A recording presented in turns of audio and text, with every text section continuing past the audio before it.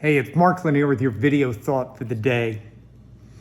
So this morning I was thinking through a passage that stuns me. The passage is found in the Gospel of John. It's in chapter 20.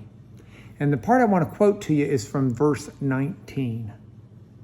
Let me put it into context. Jesus has been crucified, resurrected. He has shown himself to Mary, who has reported back to his apostles, his chosen 12, that his body was gone and that she has seen him as a resurrected Jesus.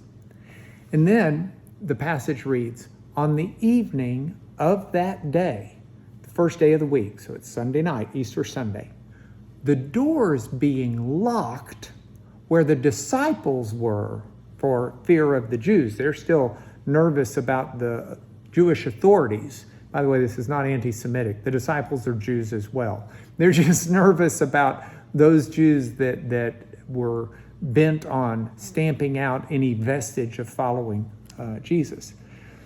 So, locked doors for fear of the Jews, and then, boom, Jesus came and stood among them and said to them, peace be with you.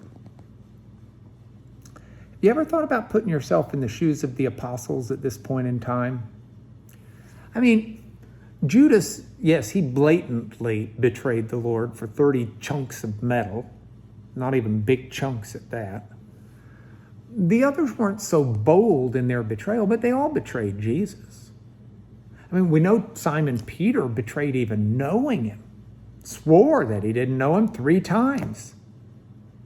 The others were no less complicit in their betrayal. Nobody rose to his defense when Pilate is saying, who should I release for you, Jesus or Barabbas? You didn't see the disciples, the apostles, Jesus' intimates.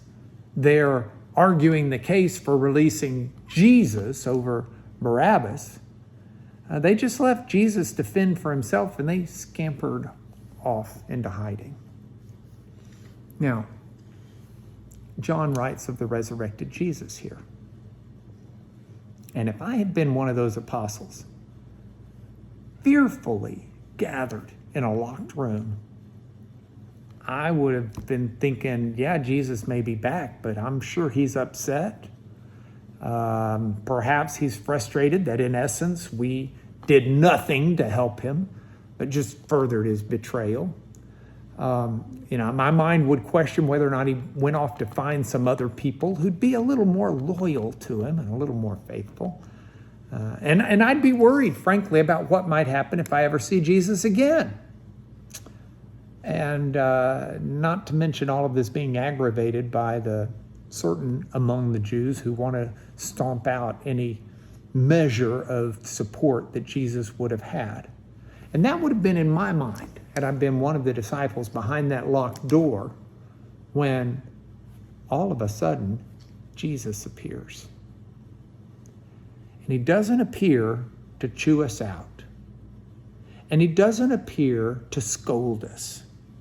And he doesn't appear to demand an apology. Jesus appears, and the first word out of his mouth is Shalom.